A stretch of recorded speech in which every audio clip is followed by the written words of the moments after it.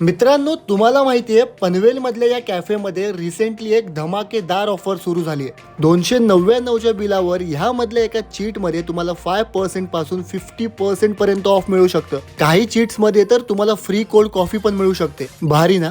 कॅफेचा ambience म्हणाल तर खूप मस्त आहे.